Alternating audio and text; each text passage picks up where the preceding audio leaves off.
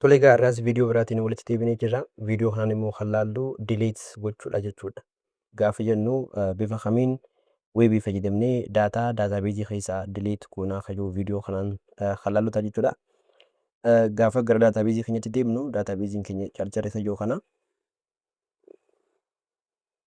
as keessatti student teebilii kanaan dura create goonee turre akkasumas insertis displays viidiyoo garaagaraatiin bifa salphaatiin ilaalaa turre. Saniifuu viidiyoowwan kana dura jiran tokkoon isaanii osoo ilaaltan kana baay'ee karaa salphaatiin ishee kanallee hubachuudhaaf isin rakkisu jeetiin yaada.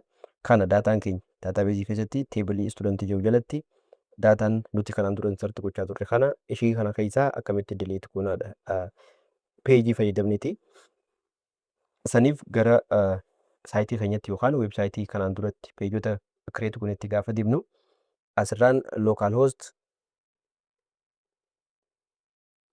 host asirraan charchari maqaan foldera keenyaati. As keessatti connection display login student yookaan insert dha kun test page dha. Kanneen yeroo dabarsu create goonee turre fakkeenyaaf gaafa display goonu bifa kanaan list yookaan student arraan tan immoo bifa kamiin delete goonaadha studentii kana fakkeenyaaf asirratti delete bataniin jiru ni jira. Action jalatti delete gaafa goone riikardii kana yookaan studentii jalqaba jiru kana delete gochuu qabaa jechuudha. Saniif kana create gochuudhaaf yookaan kana hojjechuudhaaf gara editara keenyatti deemnee akkuma kanaan dura gochaa turreen peejii haaraa banuudha. Isa kana immoo save goonaa jechuudha. delete.php save goonaa jechuudha bifa kanaanii. Amma delete gochuudhaaf scriptii nu barbaachisu barreessuu eegale jechuudha. Jalqaba include goona akkuma isaaniin kaanii connection keenya include goona jechuudha.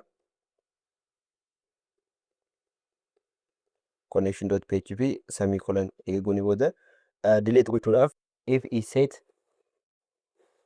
set asirratti open bracket $sign underscore get fayyadamnaa jechuudha. Amma get method yoo kana fayyadamna asitti square bracket single quotation eeguuni booda id dha jechuudha.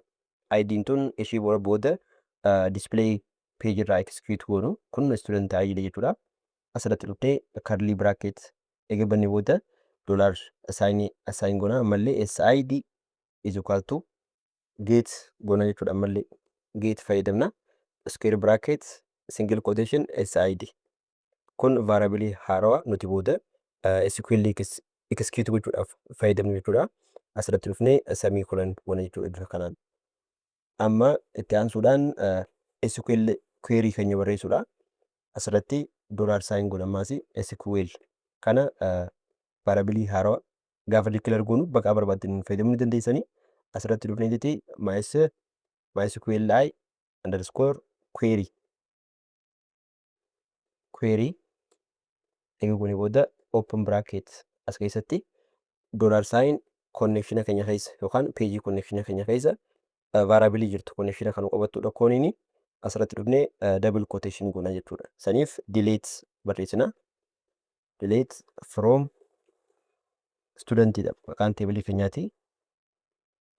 Student san booda where goona jechuudha. Where sid is equal to single quotation $sign sid single quotation keenya jechuudha jechuudha.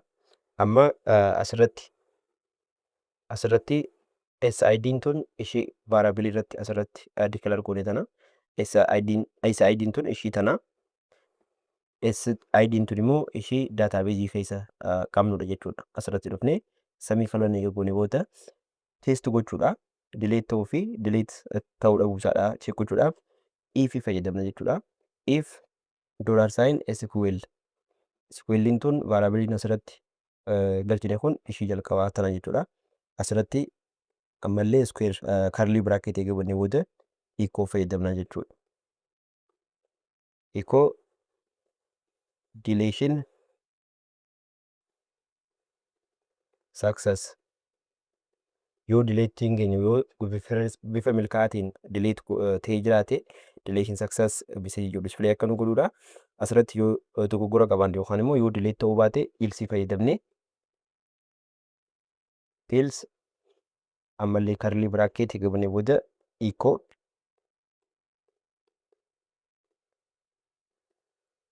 error text yookaan display nu godhu jechuudha. Kun immoo bifa kanaan yoo dileette isa deletion success yookaan yoommoo errorii qabaate error text yoo display kana godhu ishii tana save godha jechuudha. Amma gara display page keenyatti deebina. Page nuti yeroo dabre display gochuudhaaf fayyadamaa turre ishii tana jechuudha. Gaafa page keenya irratti deebinu kana fakkaata.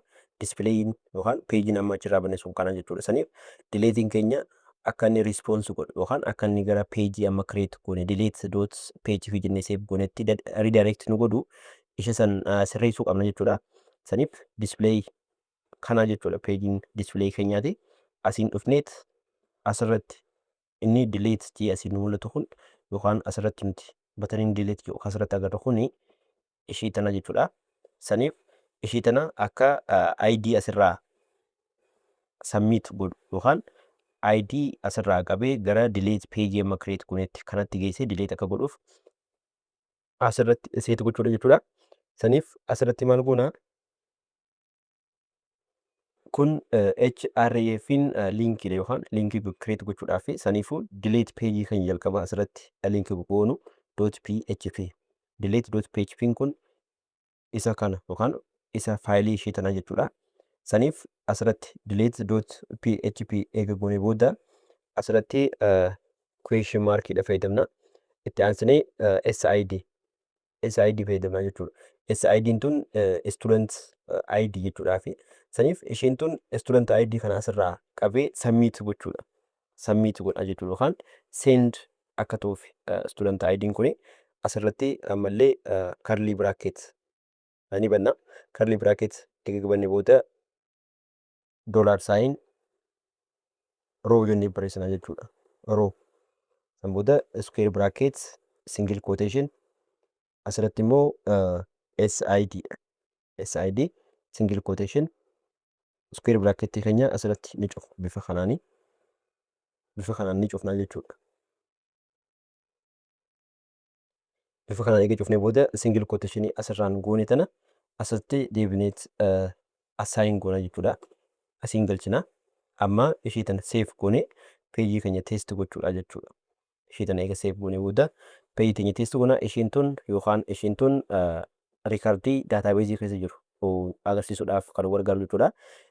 Fankishiniin immoo yookaan akshiniin delete gochuudhaaf kana fayyadamna jechuudha. Saniif amma deemnee isaan lamaan eega save goone booda ishii tana refresh goone syntax error unexpected kana errorii qaba jechuudha. Laayinii 25 irratti haa deebinuuti. Display 25 as 25 irratti gaafa deebinu asitti curly bracket garanatti bannee ture tana closing goone waan ta'eef saniif ishii tana deebinee save goona. Ammas refresh goona jechuudha. Amma erroriin keenya dhaamee jira. Saniif delete goone haa yaallu. Fakkeenyaaf asirratti S0012 tola kajoo kun jalqabarra jira. Isa kanarratti gaafa click goone deletion success message jedhu deebisuu qaba. Asirratti dhufnee gaafa refresh goone kun amma bifa sirriitiin delete gochaa jira jechuudha. Saniif gaafa delete goone immoo page kanarratti akka nu deebisuuf ofii isaatiif delete biratti deebineeti asirratti header galchinaaf jechuudha. Kana eega goone booda asiin immoo header eega jennee booda open bracket double quotation location locationin keenya akka gara displaytti ofii isaatiif nu deebisu display page galchina jechuudha. Asirratti immoo semicolon gochuudha. Save goone booda amma asirratti dhufnee ishii tana refresh goone yeroo tokko saniif gaafa isa fakkeenyaaf asteer S0023 gaafa delete goone page kanarratti ishii tana delete godha. Page kanarratti deebinee arganna jechuudha. Saniif ishii tanarratti .php kana save goona. Saniif asirratti ishii caaltu tanarratti gaafa dhufnee ammallee click goone asumarratti delete godheet nu deebisa. Kunuuf vaaliዩን keenya amma gammachuu qofaatu riikardiin keenya nu hafe jechuudha. Kana daatabeezii keessa deemnee gaafa check goonu daatabeeziin keenya ishee tana saniif refresh goona jechuudha.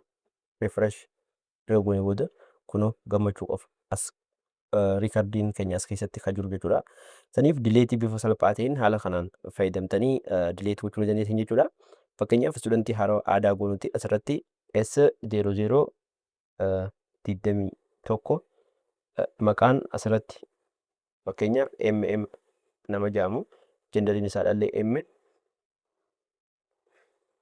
eejiin isaadhaa immoo 23 piroogiraamni isaadhaa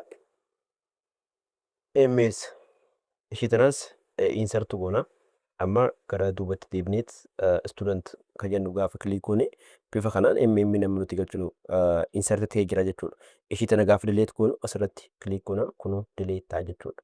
Bifa kanaan delete fayyadamuu ni dandeessan jechuudha. Viidiyoo itti aanuun immoo sarchiidhaan kan walitti deemnu ta'a. Wantoonni isin hojjetamu yookaan hojjetamuu qabu jettanii yaaddan bifa salphaa ta'een hojjechuudhaaf ni yaalla. Komentii gochuun dagatinaadha. Yeroo itti aanutti immoo sarchiis bifuma kanaan salphaatti kireet gochuudhaaf yaalla jechuudha. Akkasitti turtii